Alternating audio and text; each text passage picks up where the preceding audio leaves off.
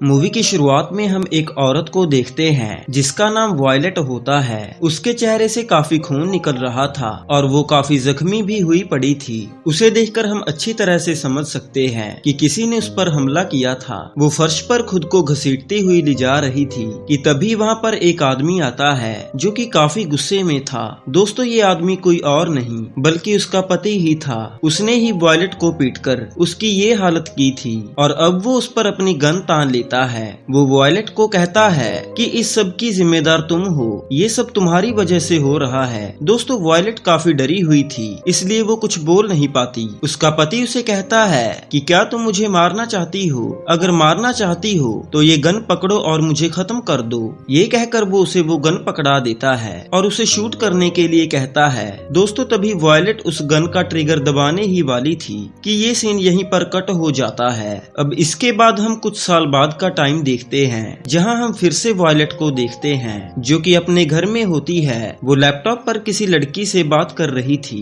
जो कि किसी तरह के अब्यूज का शिकार हुई थी। वॉयलेट उस लड़की को कहती है कि तुम्हें अपने पास्ट को पीछे छोड़कर आगे बढ़ना होगा। हमारी जिंदगी में अक्सर ऐसी घटनाएं हो जाती हैं जिनसे हम खुद को बाहर नहीं निकाल पाते, पर हमें कोशिश करके उस सिचुएशन से बाहर आना होता है। दोस्तों, एक तरह से वॉयलेट उन लोगों की मदद करने का काम करती थी जो कि किसी तरह के शोषण का शिकार हुए हों। अब वो पीड़ित लड़की वॉयलेट की बातें सुनकर काफी पॉजिटिव फील करने लगी थी, तो वॉयलेट उसे कहती है कि आज के लिए इतना काफी है। अगर दोबारा मुझसे बात करनी हो तो तुम मुझे कभी भी कॉल कर सकती हो। इसके बाद वॉयलेट अपना फोन चेक करती है जिसमें एक हेनरी नाम के लड़के का मैसेज आया हुआ था। उस मैसेज को देखकर वॉयलेट को याद आता है कि आज उसे एक डेट पर जाना था। दोस्तों, दरअसल अब वॉयलेट का पति इस दुनिया में नहीं था, तो वो अपने बेटे के साथ ही इस घर में रहती थी। वो उस मैसेज को देख ही रही थी कि तभी घर के बाहर एक आदमी आता है जो कि खिड़की को खटखटाने लगता है। जब वो खिड़की खटखटाता है तो वॉयलेट अचानक से डर जाती है और जब वो पर्दा हटाकर उसे देखती है तो वो आदमी उससे पूछता है कि मैम, मैं आपके घर का मीटर चेक करने के लिए आया हूँ। क्या आप बता सकती हैं कि आपके घर का मीटर किस तरफ लगा है? तो वॉयलेट उसे कहती है कि मीटर घर की बैक साइड पर लगा है, आप वहाँ से जाकर चेक कर सकते हैं। दोस्तों, तभी वो आदमी वहाँ से चला जाता है और वॉयलेट तैयार होने लगती है क्योंकि आज रात उसे डेट पर जाना था। वो तैयार हो ही रही थी कि तभी वहाँ पर एक खिलौने वाली गाड़ी आती है जिसमें एक लेटर पड़ा हुआ था। वॉयलेट उस लेटर को उठाती है और देखती है कि ये उसके बेटे टोबे का ही था। जी हाँ दोस्तों, वॉयलेट के बेटे का नाम टोबे था और उस लेटर में टोबे ने लिखा हुआ था कि आप मुझे ढूंढ कर दिखाइए। दोस्तों, उसका बेटा अक्सर ही उसके साथ ऐसी मस्ती करता रहता था। अब वॉयलेट उसे ढूंढने लगती है और थोड़ी देर में ही वो टोबे को ढूंढ भी लेती है। दोस्तों, वो दोनों आपस में मस्ती कर ही रहे थे कि तभी वहाँ पर वॉयलेट की बहन आ जाती है जिसका नाम जैन था। वॉयलेट उसे देखकर काफी खुश होती है क्योंकि उसने ही उसको घर पर बुलाया था ताकि जब वो डेट पर जाए तो जैन उसके बेटे का अच्छी तरह से ख्याल रख सके। जैन वॉयलेट को देखकर कहती है कि क्या तुम वहाँ पर इन कपड़ों में जाओगी? तो वॉयलेट उसे कहती है कि मुझे तो ये ड्रेस काफी अच्छी लग रही है। तो जैन उसे कहती है कि ये ड्रेस बिल्कुल अच्छी नहीं है, तुम्हें ड्रेस चेंज करनी चाहिए। दोस्तों, जैन उसकी ड्रेस चेंज करवाती है और उसे अच्छी तरह से तैयार करती है। अब वॉयलेट डेट पर जाने के लिए बिल्कुल तैयार हो चुकी थी। वो जैन को कहती है कि क्या मुझे सच में डेट पर जाना चाहिए? तो जैन उसे कहती है कि मैं समझी नहीं, तुम कहना क्या चाहती हो? तो वॉयलेट उसे कहती है कि मैं आज से पहले टोबे को अकेला छोड़कर कभी नहीं गई, पता नहीं ये मेरे बिना सो भी पाएगा या नहीं। उसकी बात सुनकर जैन उसे कहती है कि तुम इसकी फिक्र मत करो, मैं इसका अच्छी तरह से ख्याल रखूंगी। वैसे भी कुछ घंटों की ही तो बात है। अब दोस्तों, वॉयलेट घर से डेट के लिए निकल जाती है और थोड़ी देर में ही वो उस लोकेशन पर भी पहुंच जाती है। वो उस बिल्डिंग के अंदर एक लिफ्ट में चली जाती है क्योंकि जिस फ्लोर पर उसकी डेट होने वाली थी वो फ्लोर काफी ऊंचाई पर था। दोस्तों, वॉयलेट अब लिफ्ट से जा ही रही थी कि तभी उसे हेनरी का मैसेज आता है जिसमें लिखा हुआ था कि मुझे आने में थोड़ी देर हो जाएगी, तब तक तुम खाने के लिए कुछ ऑर्डर कर लेना। दोस्तों, थोड़ी देर में ही वो उस फ्लोर पर पहुंच जाती है और उस फ्लोर पर पहुंचते ही वो रिसेप्शन गर्ल से मिलती है। वो उसे बताती है कि हमने डेट के लिए एक टेबल बुक किया था, क्या आप मुझे बता सकती हैं कि वो टेबल कौन सा है? तो वो रिसेप्शन गर्ल उसे कहती है कि मैम, क्या आप उस टेबल पर अभी बैठना चाहेंगी? तो वॉयलेट उसे कहती है कि अभी थोड़ी देर में ही मेरा पार्टनर आने वाला है, क्या मैं बार में बैठकर उसके उसका इंतजार कर सकती हूँ। तो वो रिसेप्शन गर्ल उसे कहती है कि मैम आप चाहो तो बार में बैठकर उनका इंतजार कर सकती हैं। जब आपके पार्टनर आ जाएंगे तो आपको आपका टेबल दिखा दिया जाएगा। दोस्तों अब वॉयलेट बार में बैठने के लिए चली जाती है और वो बार में पहुंचते ही एक आदमी से टकरा जाती है जिसका नाम कॉनर था। दोस्तों टक्कर होने की वजह से वॉयलेट का फोन नीचे गिर गया था और कॉनर उसे उसका फोन उठाकर देता है। वॉयलेट उसे कहती है कि दरअसल मेरा ध्यान कहीं और था, इसीलिए मैं आपको देख नहीं पाई। तो कॉनर उसे कहता है कि कोई बात नहीं, ऐसा अक्सर ही होता रहता है, इसमें कोई बड़ी बात नहीं है। दोस्तों ये कहकर कॉनर वहाँ से चला जाता है और वॉयलेट भी अब बार में आ जाती है। वो बार में बैठकर हेनरी का इंतजार करने लगती है। दोस्तों बार में बैठते ही वॉयलेट अपनी बहन को मैसेज करके अपने बेटे के बारे में पूछती है कि वो कैसा है, पर आगे से उसकी बहन का कोई रिप्लाई नहीं आता। तभी वॉयलेट के पास एक लड़की आती है जो बार में ड्रिंक्स वगैरह सर्व करती थी। इस लड़की का नाम कारा था। वो वॉयलेट को पूछती है कि मैम क्या ये आपकी फर्स्ट डेट है? तो वॉयलेट उसे कहती है कि हाँ ये मेरी फर्स्ट डेट है, पर आपको कैसे पता चला? तो वो लड़की उसे कहती है कि इतने सालों से यहाँ काम जो कर रही हूँ इसीलिए देखकर ही पता चल जाता है। वो वॉयलेट से कुछ हंसी मजाक की बातें करती है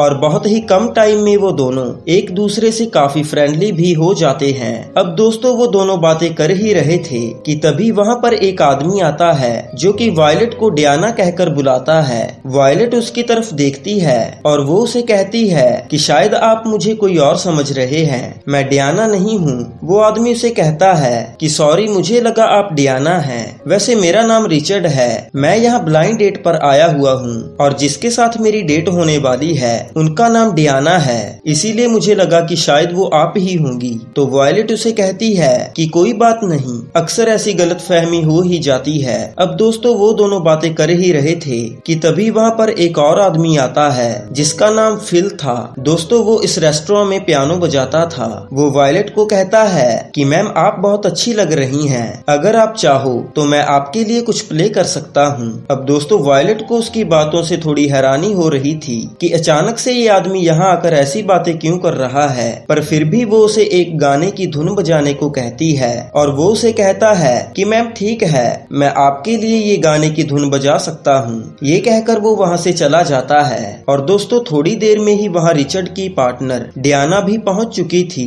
अब वो दोनों अपने टेबल पर चले जाते हैं। अब दोस्तों वॉयलेट को बार में बैठे हुए काफी देर हो चुकी थी और उसकी बहन का भी उसे कोई रिप्लाई नहीं आया था। वो उसे फिर से मैसेज करके अपने बेटे के बारे में पूछती है, पर तभी उसे आगे से एक ड्रॉप आता है जिसे वो इग्नोर कर देती है। दोस्तों आईफोन में एक स्पेशल ऐप होती है जिसमें ड्रॉप्स भेजे जाते हैं। इस ड्रॉप के जरिए हम किसी को फोटोज और वीडियोस भेज सकते हैं। अब वॉयलेट उस ड्रॉप को हटाकर अपने फोन में हेनरी की प्रोफाइल देखने लगती है जिसमें वो हेनरी की फनी पिक्चर्स देखकर काफी खुश हो रही थी कि तभी उसे फिर से ड्रॉप आता है जिसे देखकर वो काफी हैरान हो रही थी। दोस्तों उसे लगने लगा था कि शायद यहीं पर बैठे लोगों में से कोई उसके साथ मजाक कर रहा होगा। वो अपने आसपास देखने लगती है कि आखिर उसे ये ड्रॉप कौन भेज रहा है और तभी वहाँ पर हेनरी भी पहुँच जाता है। हेनरी उसके पास आता है और उसे कहता है कि सॉरी मुझे थोड़ा लेट हो गया, दरअसल मैं ट्रैफिक में फंस गया था। अब दोस्तों वो दोनों अपने टेबल पर जाकर बैठ जाते हैं और कुछ बातें करने लगते हैं।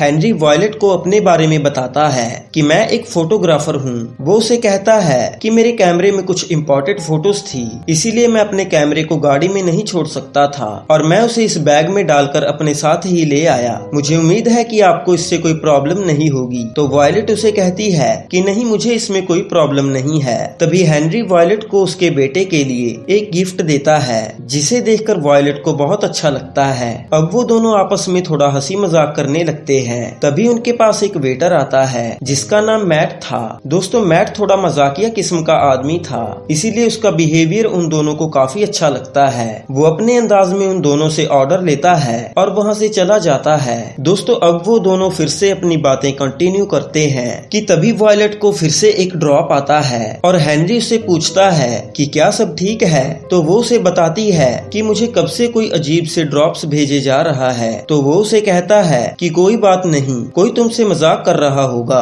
अब दोस्तों वॉयलेट उस ड्रॉप को इग्नोर कर देती है और फिर से उसे एक ड्रॉप आ जाता है। अब हेनरी उसे कहता है कि तुम मुझे अपना फोन दो, हम अभी पता लगा लेते हैं कि तुम्हें ये ड्रॉप्स कौन भेज रहा है। हेनरी वॉयलेट को कहता है कि अगर हमें किसी को डिजी ड्रॉप्स भेजने हो तो उस इंसान को लगभग 50 फीट की रेंज में होना चाहिए। अब दोस्तों हेनरी अपने मोबाइल से एक ऐप खोलता है जिससे वो दूरी माप सकता था। वो अपने टेबल से उठकर वहाँ से बाहर जाने लगता है ताकि वो उनके टेबल से बाहर तक की दूरी माप सके। जब वो लॉबी तक पहुँचने वाला होता है तो वहाँ से रेंज खत्म हो जाती है। अब वॉयलेट ये सब देख रही थी। हेनरी उसके पास आकर उसे बताता है कि ड्रॉप्स भेजने वाला जो भी है वो हमारे आसपास ही कहीं पर बैठा हुआ है। अब दोस्तों वॉयलेट इस सब को इग्नोर कर देती है और तभी उनके पास मैट आता है जो कि उनके लिए ड्रिंक्स लेकर आया था। वो उनसे और कुछ ऑर्डर करने को कहता है तो हेनरी उससे पूछता है कि यहाँ की स्पेशल आइटम्स कौन सी हैं। तभी मैट उसे अपने मेन्यू में से आइटम्स के नाम बताने लगता है।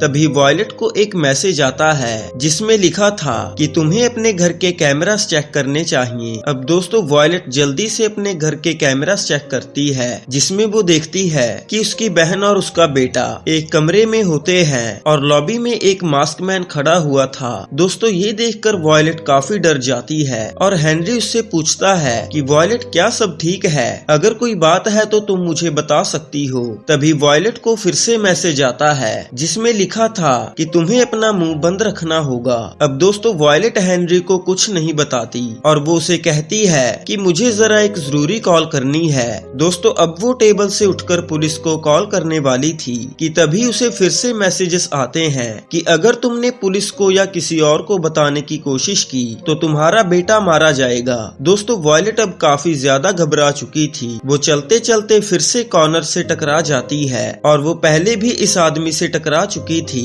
अब कॉर्नर उसे कहता है कि मैम आप 2 बार मुझसे टकरा चुकी हैं, क्या आप ठीक हैं? तो वॉयलेट उसे कहती है कि सॉरी, दरअसल मेरा ध्यान कहीं और था, वैसे मैं बिल्कुल ठीक हूँ। और वो अब वॉशरूम में आकर दोबारा से घर के कैमरास देखती है जिसमें उसे फिर से वही मास्क मैन दिखाई देता है। दोस्तों वॉयलेट सोच रही थी कि शायद वो वॉशरूम में से किसी से हेल्प मांग लेगी और किसी का फोन लेकर पुलिस को कॉल कर लेगी, पर जब वो वहाँ पर चेकिंग करती है तो उसे वहाँ पर भी एक माइक्रोफोन लगा हुआ दिखाई देता है और वो समझ जाती है कि यहाँ पर भी उसकी बातें सुनी जा रही हैं। दोस्तों वॉयलेट वापस अपने टेबल पर आकर बैठ जाती है और हेनरी उससे पूछता है कि क्या सब ठीक है। तो वॉयलेट उसे कहती है कि हाँ सब ठीक है, दरअसल मेरे बेटे को मेरे बिना नींद नहीं आती, इसीलिए बस घर पे कॉल करके उसे सुलाना पड़ा। तो हेनरी उसे कहता है कि हाँ ऐसा ही होता है, पेरेंट होना कोई आसान बात नहीं है, मुझे लगता है कि मैंने ही तुम्हें मिलने के लिए फोर्स किया है, अगर तुम चाहो तो घर जा सकती हो, हम किसी और दिन मिल लेंगे। दोस्तों हेनरी उससे बात कर ही रहा था कि तभी वॉयलेट की नजर उसके टेबल पर लगे माइक्रोफोन पर पड़ती है जिससे उसे पता चलता है कि वो आदमी उनकी सारी बातें सुन रहा है। वो अपना फोन उठाकर उसे मैसेज करती है कि आखिर तुम कौन हो। वो इंसान उसे रिप्लाई करता है कि मैं तुम्हारे आसपास ही हूँ, मैं इन लोगों में से कोई भी हो सकता हूँ। अब दोस्तों वॉयलेट अपने आसपास देखने लगती है कि आखिर इन लोगों में से कौन उसे ब्लैकमेल कर रहा है। दोस्तों वो अपने आसपास देख ही रही थी कि तभी उसे हेनरी कहता है कि मुझे तुम ठीक नहीं लग रही क्योंकि मुझे छोड़कर तुम हर तरफ देख रही हो। दोस्तों वॉयलेट उसे कहती है कि ऐसी कोई बात नहीं है, दरअसल मुझे ऊंचाई से थोड़ा डर लगता है। तो हेनरी उसे कहता है शायद तुम्हें ऊंचाई की वजह से चक्कर आ रहे होंगे, कोई बात नहीं, मैं हमारा टेबल चेंज करवा लेता हूँ। अब दोस्तों वो मैट को अपने पास बुलाता है और वो उसे उनका टेबल चेंज करवाने के लिए कहता है। दोस्तों मैट उनका टेबल भी चेंज करवा देता है, पर जब वो उठकर दूसरे टेबल पर जाने लगते हैं तो वॉयलेट को फिर से उस आदमी का मैसेज आता है जिसमें लिखा था कि अगर तुमने टेबल चेंज किया तो तुम्हारा बेटा मारा जाएगा। अब दोस्तों वॉयलेट हेनरी को कहती है कि मैं उसी टेबल पर बैठना चाहती हूँ। दोस्तों हेनरी को ये थोड़ा अजीब लगता है क्योंकि अभी तो वॉयलेट को ऊंचाई से डर लग रहा था, अचानक से उसे क्या हो गया। वॉयलेट कहती है कि हमने वो टेबल अच्छे व्यू के लिए ही तो बुक किया था, मैं थोड़ी देर में ही ठीक हो जाऊंगी, हम उसी टेबल पर बैठते हैं। अब दोस्तों वो दोनों फिर से उसी टेबल पर बैठ जाते हैं और वॉयलेट आसपास लगे सीसीटीवी कैमरास को देखती है जिससे उसे पता चलता है कि वो ब्लैकमेल करने वाला इंसान इन्हीं कैमरों में से उन्हें देख रहा था। अब दोस्तों वो टेबल पर बैठ चुके थे और हेनरी वॉयलेट को कहता है कि अगर तुम ठीक हो तो क्या कुछ ऑर्डर करें। तो वॉयलेट उसे कहती है कि हाँ हमें कुछ खाने के लिए ऑर्डर करना चाहिए। तभी हेनरी हेनरी मैट को अपने पास बुलाता है और उसे कुछ ऑर्डर करने लगता है। दोस्तों वॉयलेट भी वहाँ पर पड़ा मेन्यू कार्ड उठाती है और अपने फोन से उस इंसान को मैसेज करके पूछती है कि आखिर तुम मुझसे क्या चाहते हो, तुम मेरे साथ ऐसा क्यों कर रहे हो। तो वो आदमी उसे रिप्लाई करके कहता है कि जो काम तुम कर सकती हो वो कोई और नहीं कर सकता, यानी कि मैं चाहता हूँ कि हेनरी के बैग में जो कैमरा है तुम्हें उसमें लगे SD कार्ड को निकाल कर तोड़ना होगा। तो वॉयलेट उसे कहती है कि मैं ऐसा कैसे करूंगी। तो वो आदमी आगे से रिप्लाई करता है कि मैं ये नहीं जानता कि तुम ये कैसे करोगी, बस तुम्हें ये करना होगा। अब दोस्तों यहाँ से हमें पता चलता है कि वो आदमी वॉयलेट को ब्लैकमेल क्यों कर रहा था। असल में वो हेनरी के कैमरा में लगे SD कार्ड को खत्म करना चाहता था, क्योंकि हेनरी एक फोटोग्राफर था।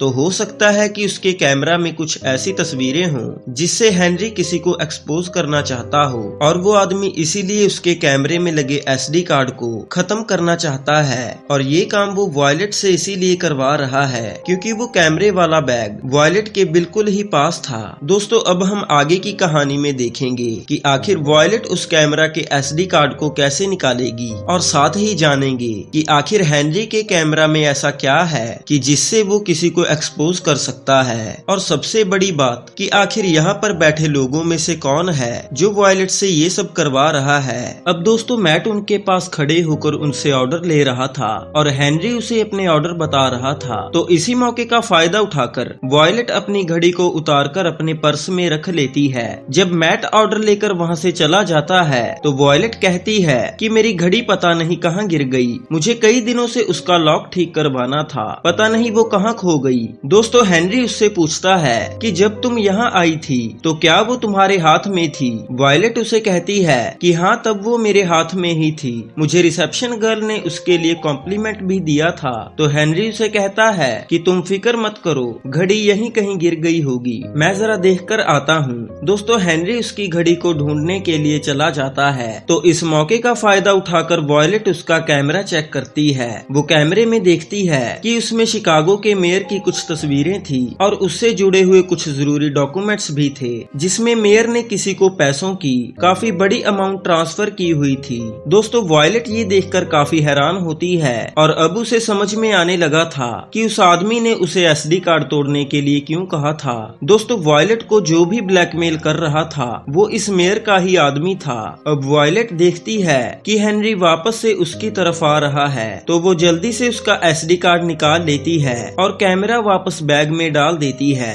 हेनरी उसके पास आकर उसे बताता है कि मुझे तुम्हारी घड़ी कहीं नहीं मिली, पर तुम फिक्र मत करो, वो यहीं कहीं होगी। दोस्तों तभी वॉयलेट को एक और मैसेज आता है जिसमें लिखा था कि तुम्हें अभी बाथरूम में जाना होगा। तभी वॉयलेट हेनरी को कहती है कि मैं पहले बाथरूम में गई थी, शायद मेरी घड़ी बाथरूम में गिर गई होगी, मैं जरा देखकर आती हूँ। अब वॉयलेट उठकर बाथरूम में चली जाती है। और दोस्तों अब हेनरी इस सब से काफी इरिटेट होने लगा था, क्योंकि उसे लगने लगा था कि शायद वॉयलेट को उसमें कोई इंटरेस्ट नहीं है, इसीलिए वो उससे पीछा छुड़वाने के लिए बहाने ढूंढ रही है। उधर हम वॉयलेट को देखते हैं जो कि बाथरूम में होती है। तभी उसे आगे से एक मैसेज आता है कि तुम्हें उस SD कार्ड को तोड़ना होगा। वॉयलेट जल्दी से उस कार्ड को तोड़ देती है और उसे फ्लश कर देती है। अब वो उस आदमी को कहती है कि जैसा तुमने बोला था मैंने वैसा ही किया, अब तुम उस मास्क मैन को मेरे घर से बाहर निकालो। तभी वो आदमी से कहता है कि तुम्हें बस एक आखिरी काम और करना होगा,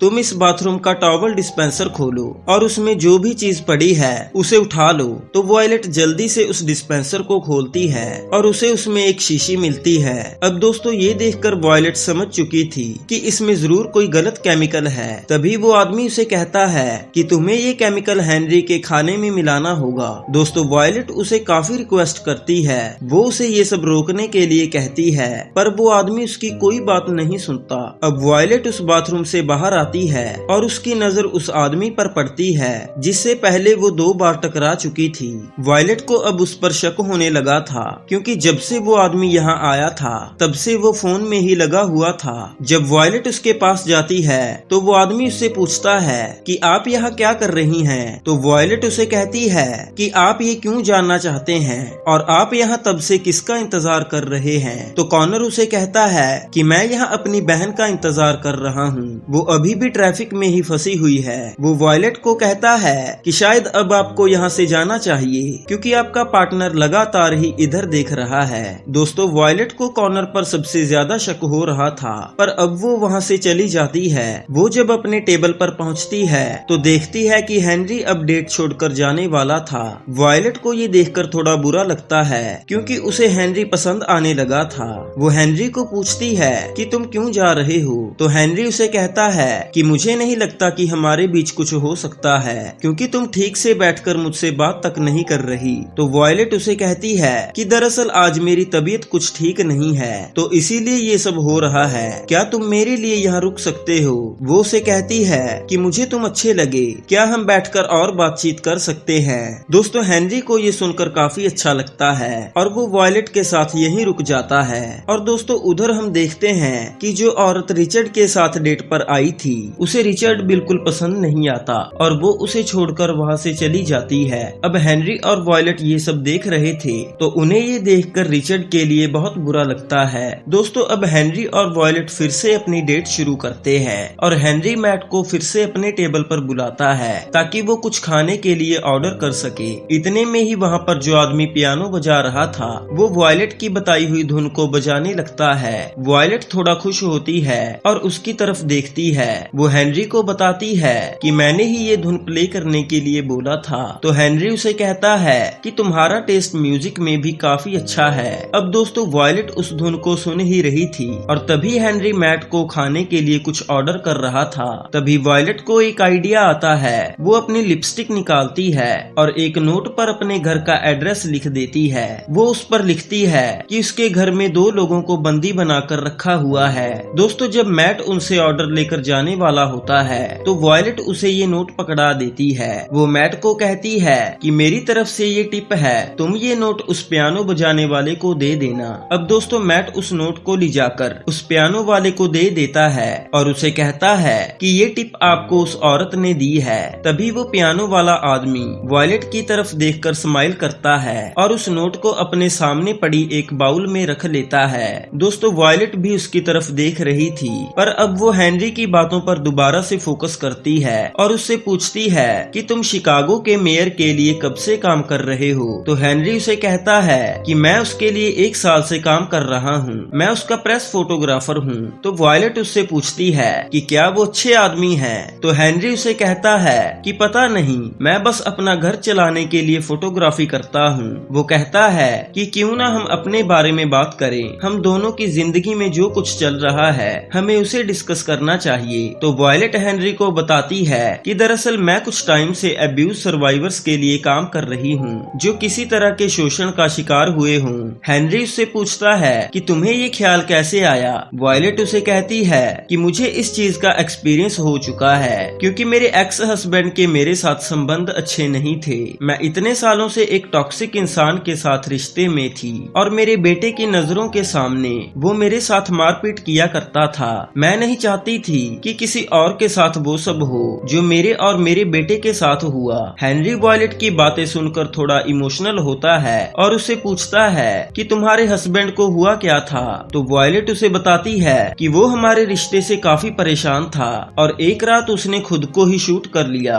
अब दोस्तों वॉयलेट जब ये सब हेनरी को बताती है तो हेनरी को उसके लिए काफी बुरा लगता है। हेनरी उसे दिलासा देता है और कहता है कि इसमें तुम्हारी कोई गलती नहीं है, ये बुरे लोग पहले हमारे साथ गलत करते हैं और बाद में ऐसा जताते हैं कि जैसे हमने उनके साथ गलत किया हो। हेनरी कहता है कि चलो पुरानी बातें छोड़ो, हम आज की बात करते हैं। तभी वॉयलेट उसे कहती है कि तुम सही कह रहे हो, जो बीत चुका है हमें उसकी बातें नहीं करनी चाहिए। दोस्तों तभी हेनरी को एक अर्जेंट कॉल आती है तो वो वॉयलेट को कहता है कि मैं जरा अभी आया, एक जरूरी कॉल अटेंड करनी पड़ेगी। दोस्तों तभी वॉयलेट की नजर पियानो वाले पर पड़ती है। वो अब उठकर बार में चला जाता है और अपने लिए एक ड्रिंक लेकर वापस आ जाता है। दोस्तों वॉयलेट को कुछ समझ नहीं आ रहा था। तभी हेनरी भी वापस टेबल पर आ जाता है और अब मैट भी उनके लिए ऑर्डर ले आया था। वॉयलेट उस खाने को खाने लगती है तो उसे अपनी प्लेट पर वही नोट लगा दिखाई देता है जिसकी उसने पियानो वाले को टिप दी थी। अब दोस्तों वो पियानो वाले की तरफ देखती है और वो उसे कुछ ठीक नहीं लगता। जब वो खड़ा होता है तो एकदम से जमीन पर गिर जाता है। दोस्तों लोग जल्दी से उसकी मदद करने के लिए उसके पास जाते हैं और हेनरी भी वहाँ चला जाता है। अब वॉयलेट ये सब देखकर काफी कंफ्यूज हो चुकी थी। तभी उसे मैसेज आता है कि तुम्हें अपने घर के कैमरास चेक करने चाहिए। दोस्तों वो ये मैसेज देखकर काफी घबरा जाती है और जल्दी से अपने घर के कैमरास चेक करने लगती है, जिसमें वो देखती है कि वो मास्कमैन वॉयलेट की बहन पर वार करके उसे बेहोश कर देता है और अब वो उसके बेटे को ले जाकर एक कमरे में बंद कर देता है। दोस्तों ये सब देखकर वॉयलेट रोने लगती है क्योंकि वो चाहकर भी उनके लिए कुछ नहीं कर पाती। अब दोस्तों वो पियानो बजाने वाला थोड़ा होश में आता है। वो कहता है कि लगता है अब मुझे घर चले जाना चाहिए। दोस्तों इसके बाद वो वहाँ से लिफ्ट में चला जाता है और अब उसकी हालत भी काफी ज्यादा खराब हो चुकी थी। उधर हम देखते हैं कि हेनरी वॉयलेट के पास आता है और उसे कहता है कि शायद उस आदमी ने वोडका ज्यादा पी ली। दोस्तों वॉयलेट के घर में जो कुछ भी चल रहा था वो उससे काफी ज्यादा परेशान हो चुकी थी। वो हेनरी को उसके बारे में कुछ नहीं बताती। वॉयलेट उसे कहती है कि अभी तक हमारी अच्छे से बातचीत नहीं हो पाई और अब हमें एक दूसरे से अच्छी तरह से बात करनी चाहिए। हेनरी उसे कहता है कि ये तुमने बिल्कुल सही कहा, तो अब हम कहाँ से शुरू करें? वॉयलेट उसे कहती है कि हमें पहले शॉट्स ट्राई करने चाहिए। वो कहती है कि मैं हम दोनों के लिए शॉट्स लेकर आती हूँ। अब दोस्तों वो बार में शॉट्स लेने के लिए चली जाती है और वो सर्विंग गर्ल उसे शॉट्स दे देती है। तो वॉयलेट चुपके से उस शॉट में जहर डाल देती है जो उसे उस आदमी ने डालने के लिए कहा था। दोस्तों अब वॉयलेट वो शॉट्स लेकर अपने टेबल पर आती है और उन शॉट्स को टेबल पर रख देती है। अब वॉयलेट को कॉर्नर पर काफी ज्यादा गुस्सा आ रहा था। वो बहुत गुस्से में उसकी तरफ देखती है और उधर हेनरी जब उस शॉट को पीने वाला था तो वॉयलेट उसके शॉट को गिरा देती है क्योंकि वो चाहकर भी उसे वो शॉट पीने नहीं देना चाहती थी। अब दोस्तों शॉट गिरने की वजह से हेनरी के कपड़े खराब हो जाते हैं और वॉयलेट उसे कहती है कि सॉरी ये मेरी वजह से तुम पर गिर गया, दरअसल मैं अपना गिलास उठा रही थी। तो हेनरी उसे कहता है कि तुम सॉरी मत बोलो, इसमें तुम्हारी कोई गलती नहीं है, तुम बस यही रुको, मैं इसे बाथरूम में जाकर साफ करके आता हूँ। दोस्तों तभी हेनरी बाथरूम में चला जाता है और वॉयलेट अब काफी ज्यादा गुस्से में थी। वो कॉर्नर से बात करने के लिए उसके पास जाती है। तभी वो देखती है कि कॉर्नर के पास उसकी बहन आ चुकी थी। दोस्तों ये देखकर वॉयलेट काफी हैरान होती है क्योंकि उसे लग रहा था कि कॉर्नर ने उससे झूठ बोला था कि वो यहाँ अपनी बहन का इंतजार कर रहा है, पर वो तो सच में यहाँ अपनी बहन का इंतजार ही कर रहा था। अब दोस्तों वॉयलेट सोच रही थी कि अगर कॉर्नर वो ब्लैकमेलर नहीं है तो आखिर उसे ब्लैकमेल कौन कर रहा है। दोस्तों तभी वो सर्विंग गर्ल उसके पास आती है और वो वॉयलेट को कहती है कि क्या तुम ठीक हो? मैं तुम्हें कब से देख रही हूँ, तुम बहुत परेशान लग रही हो। तो वॉयलेट उसे कहती है कि नहीं ऐसी कोई बात नहीं है, मैं बिल्कुल ठीक हूँ। तभी वो सर्विंग गर्ल उसे कहती है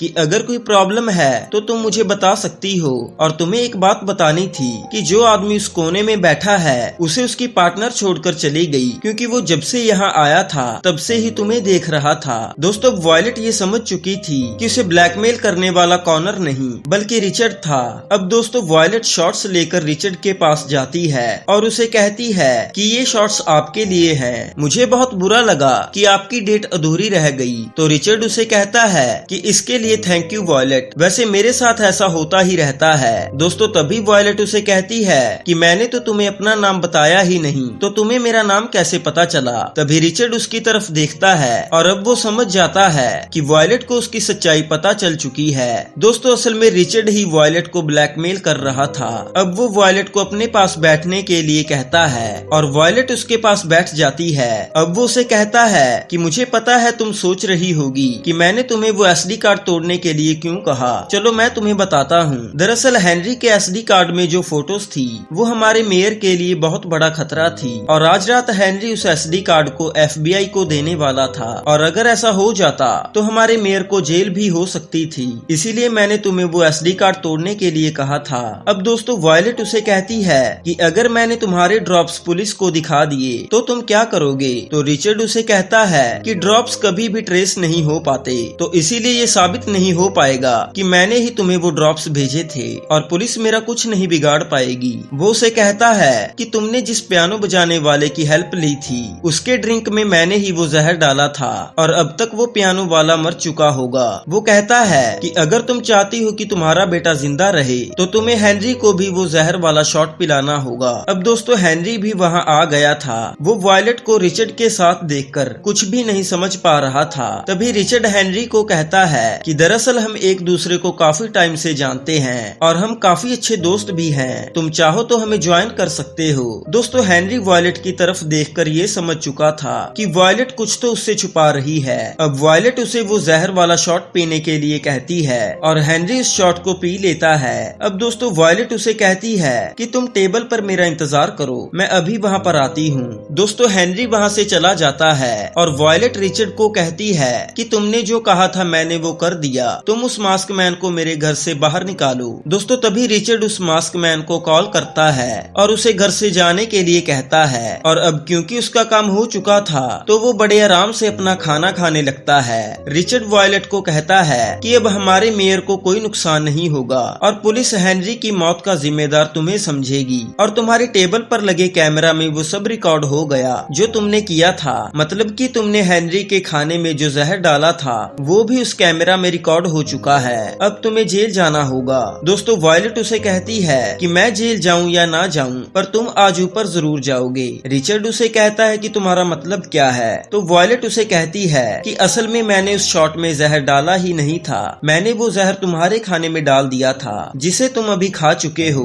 दोस्तों ये सुनकर रिचर्ड को काफी ज्यादा गुस्सा आता है और वो अपनी गन निकालकर वॉयलेट पर गोली चला देता है। पर दोस्तों तभी वहाँ पर हेनरी आ जाता है और वो गोली उसे लग जाती है। अब वहाँ पर मौजूद लोग अपनी जान बचाने के लिए इधर उधर भागते हैं और वॉयलेट भी रिचर्ड से बचकर भाग रही थी। रिचर्ड फिर से वॉयलेट पर गोली चलाता है पर तभी वहाँ पर वो सर्विंग गर्ल आ जाती है जो कि रिचर्ड के हाथ पर वार करती है। तभी रिचर्ड की बंदूक से निकली हुई गोली सीधा जाकर बिल्डिंग के कांच पर लग जाती है और दोस्तों गोली लगने की वजह से उस कांच पर काफी बड़ा क्रैक आ जाता है। तभी रिचर्ड उस सर्विंग गर्ल की पीठ पर छुरा मारता है और वो उस मास्क मैन को कॉल करता है और वॉयलेट की फैमिली को खत्म करने के लिए कहता है। दोस्तों तभी वॉयलेट वहाँ पर पड़े गिफ्ट को उठाती है जो कि हेनरी ने उसे यहाँ आते वक्त दिया था। वो उस गिफ्ट को बिल्डिंग के कांच पर मारती है जिस वजह से वो कांच टूट जाता है और दोस्तों हवा के बहाव के कारण रिचर्ड और वॉयलेट दोनों ही बिल्डिंग से नीचे गिरने लगते हैं। दोस्तों रिचर्ड नीचे गिरकर मर जाता है और वॉयलेट वहाँ से एक कपड़े को पकड़ लेती है। अब वो इस कपड़े के सहारे लटक रही थी कि तभी वहाँ पर जख्मी हालत में हेनरी आ जाता है। वो वॉयलेट को ऊपर खींचता है और दोस्तों वॉयलेट वहाँ से एक कपड़ा उठाती है और वो हेनरी के जख्म पर लगाती है। वो हेनरी को कहती है कि तुम्हें कुछ नहीं होगा, तुम बस अपने जख्म को दबाकर रखो। अब दोस्तों वॉयलेट को अपने बेटे और अपनी बहन को भी बचाना था तो इसीलिए वो हेनरी से उसकी गाड़ी की चाबी मांगती है और वो अपने घर के लिए निकल जाती है। दोस्तों वॉयलेट गाड़ी में जाते हुए अपनी बहन को वीडियो कॉल करती है और उसकी बहन को भी अभी अभी होश आया था। वो अपनी बहन को कहती है कि घर में एक मास्कमैन घुसा हुआ है जो कि तुम्हें मारना चाहता है, तुम्हें उससे बचकर रहना होगा। दोस्तों तभी वो मास्कमैन घर में पहुंच जाता है और जैन किचन में छिप जाती है पर तभी किचन में टोबे पहुंच जाता है। वो मास्कमैन उस पर अपनी बंदूक तान लेता है। दोस्तों वो उसे शूट करने ही वाला था कि तभी जैन उस पर एक बर्तन दे मारती है। अब दोस्तों वो दोनों वहाँ से भागते हैं और जैन टोबे को लेकर एक कमरे में बंद कर लेती है। वो गेट के आगे एक अलमीरा लगा देती है पर तभी वो मास्कमैन गेट को जोर जोर से मारने लगता है। अब जैन उसे रोकने की काफी कोशिश करती है पर वो मास्कमैन कमरे में घुस जाता है पर आखिर में वो जैन के शोल्डर पर गोली मार देता है। दोस्तों वो मास्कमैन उस कमरे में टोबे को भी ढूंढता है पर उसे टोबे नहीं मिलता। अब इतने में ही वॉयलेट भी घर पर पहुंच चुकी थी और उस मास्कमैन को भी उसके आने का पता चल गया था। वॉयलेट चुपके से अपने घर के किचन में आती है और वहाँ से एक चाकू उठा लेती है। अब वो मास्कमैन भी वॉयलेट को ढूंढता हुआ वहाँ पर पहुँच चुका था। तभी वॉयलेट उस खंजर से उस पर वार कर देती है। दोस्तों वो मास्कमैन खंजर लगने की वजह से काफी जख्मी हो चुका था। वो गुस्से में वॉयलेट को दीवार पर पटक देता है। अब दोस्तों वॉयलेट भी काफी जख्मी हालत में जमीन पर गिर चुकी थी और तभी वो मास्कमैन अपना मास्क उतारता है और वॉयलेट उसकी शक्ल देखकर काफी हैरान हो जाती है क्योंकि दोस्तों वो मास्कमैन कोई और नहीं बल्कि वही आदमी था जो कि मूवी की शुरुआत में घर का मीटर चेक करने के लिए आया था और ये रिचर्ड के साथ मिला हुआ था। अब दोस्तों वो वॉयलेट को मारने ही वाला था कि तभी वॉयलेट के पास उसके बेटे की खिलौने वाली गाड़ी आती है जिस पर एक गन रखी हुई थी। वॉयलेट उस गन को उठाती है और उस आदमी को शूट कर देती है। दोस्तों तभी वो आदमी वहीं पर खत्म हो जाता है। तभी वॉयलेट देखती है कि टोबे भी वहाँ पर आ चुका था। वॉयलेट उसे अपने गले लगाती है और उसे थैंक यू कहती है क्योंकि दोस्तों अगर टोबे वक्त पर उस गन को अपनी गाड़ी में रखकर वॉयलेट के पास नहीं भेजता तो आज वो खत्म हो जाती। अब दोस्तों यहीं पर ये सीन कट हो जाता है और हम अगले दिन का सीन देखते हैं, जिसमें हमें दिखाया जाता है कि हेनरी हॉस्पिटल में एडमिट था और वो टीवी पर मेयर को अरेस्ट होते हुए देख रहा था। दोस्तों हेनरी ने मेयर की जो तस्वीरें खींची थी वो उसने अपने कंप्यूटर में कॉपी कर ली थी। अब क्योंकि वॉयलेट ने उसका एसडी कार्ड तोड़ दिया था तो एफबीआई ने उसके कंप्यूटर में से वो तस्वीरें ले ली और मेयर को अरेस्ट कर लिया था। अब थोड़ी देर में ही वहाँ पर वॉयलेट भी आ चुकी थी। वो हेनरी को कहती है कि मैं डेट पर जो कुछ भी कर रही थी उसे देखकर कोई और लड़का होता तो कब का चला जाता, पर तुमने मुझ पर भरोसा रखा और इतनी मुसीबत में भी मुझे अकेला छोड़कर नहीं गए। मुझे तुम्हारे जैसे साथ की ही जरूरत थी। वो कहती है कि मुझे अपनी पूरी जिंदगी तुम्हारे साथ गुजारनी है। दोस्तों हेनरी वॉयलेट को कहता है कि मुझे भी तुम पसंद हो, बस उम्मीद करता हूँ कि आगे से ऐसी रात कभी नहीं आएगी। अब दोस्तों वो दोनों बातें कर ही रहे थे कि तभी वॉयलेट को एक और ड्रॉप आता है, जिसे देखकर वो दोनों काफी परेशान हो जाते हैं। दोस्तों हेनरी वॉयलेट को उस ड्रॉप को खोलने के लिए कहता है और जब वॉयलेट उसे खोलकर देखती है तभी उसकी बहन जेन वहाँ आ जाती है, जो कि गोली लगने की वजह से उसी हॉस्पिटल में एडमिट थी। वो वॉयलेट की तरफ देखकर हंसने लगती है, जिससे वॉयलेट समझ जाती है कि ये ड्रॉप उसकी बहन ने ही भेजा था। दोस्तों वो तीनों एक दूसरे को देखकर हंसने लगते हैं और इसी तरह ये मूवी यहीं पर खत्म हो जाती है।